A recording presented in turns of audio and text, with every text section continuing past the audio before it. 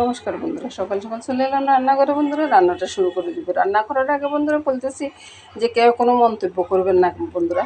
আমার ঘরে অতিথি আছে, অতিথিদের জন্য রান্না করতেই হবে বন্ধুরা। তো সেই হিসেবে আমার একাদশী হইলো, সবাই তো আর একাদশী করবে না, সবাই খাবে।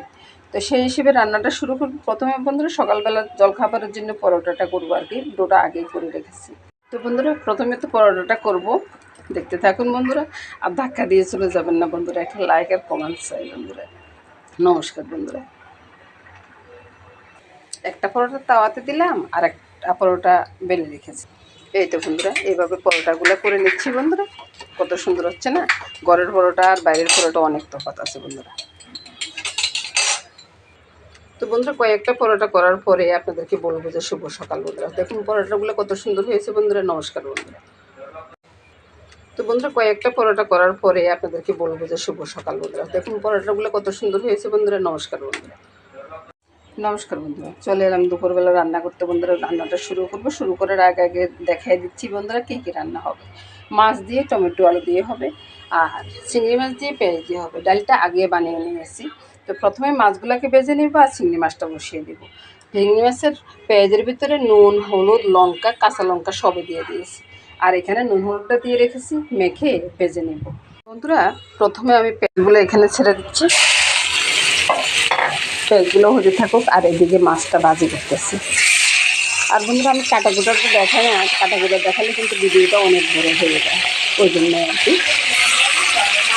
মাছটা ভেজে উঠিয়ে নিলাম বন্ধুরা। এবার সোমবারটা করে নেব, তেজপাতা আর মেথি ফোড়ন দিয়ে সোমবারটা করে নিলাম।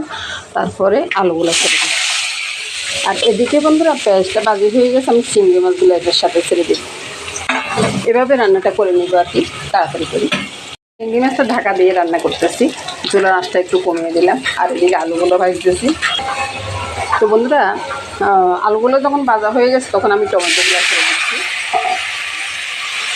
তারপরে বন্ধুরা এখানে নুন, হলুদ, লঙ্কা, একটু কালো গোলমরিচ একসাথে ছেড়ে দিলাম।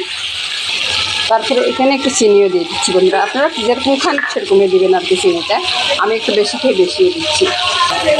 এবার এগুলোকে ভালোভাবে নেড়ে ছেড়ে একবার ভালোভাবে নেড়ে ছেড়ে দিব আর কি।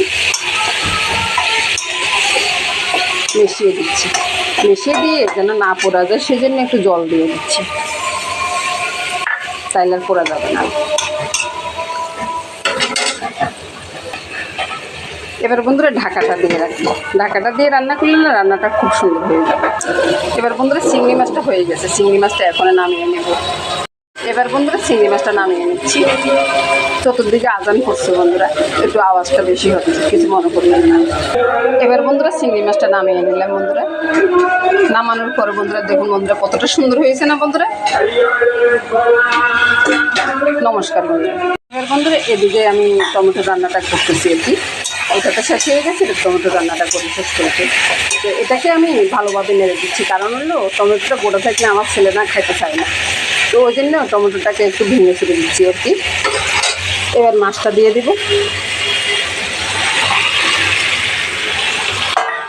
মাছটা দেওয়া হয়ে গেছে বন্ধুরা। আর এবার আমি ঝোলটা দেবো আর কি।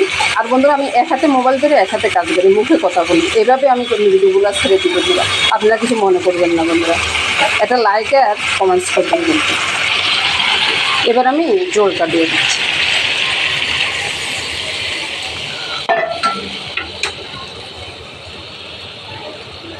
আর বন্ধুরা আপনারা হয়তো মনে করবেন যে আমি কাঁচা লঙ্কা বা ধনিয়া পাতা দিই না। আমার সব রান্নাতে কিন্তু কাঁচা লঙ্কা, ধনিয়া পাতা, পেঁয়াজ, রসুন এগুলো পিছিয়ে দিই না। তো বন্ধুরা এই রান্নাটা আমি এখানে নামিয়ে নিলাম বন্ধুরা। দেখুন বন্ধুরা কত সুন্দর হয়েছে না রান্নাটা। রান্নার কালার যেমন সুন্দর হয়েছে, খেতেও কিন্তু ভালো লাগবে। নমস্কার বন্ধুরা, সবগুলো রান্না আমি রান্না সেরে টেবিলে নিয়ে আসছি আর কি। দেখুন বন্ধুরা এদিকে মাছ আছে টমেটো আলু দিয়ে, আর এদিকে চিংড়ি মাছটা রান্না আছে, এদিকে ডাল আছে, আর একটু সবজি আছে, চিকেন সবজি আর কি। তো এ নিয়ে আজকে খাওয়াটা হয়ে যাবে বন্ধুরা। শুভ দুপুর বন্ধুরা। নমস্কার বন্ধুরা, সবাই ভালো থাকুন, সুস্থ থাকুন, সুন্দর থাকুন বন্ধুরা।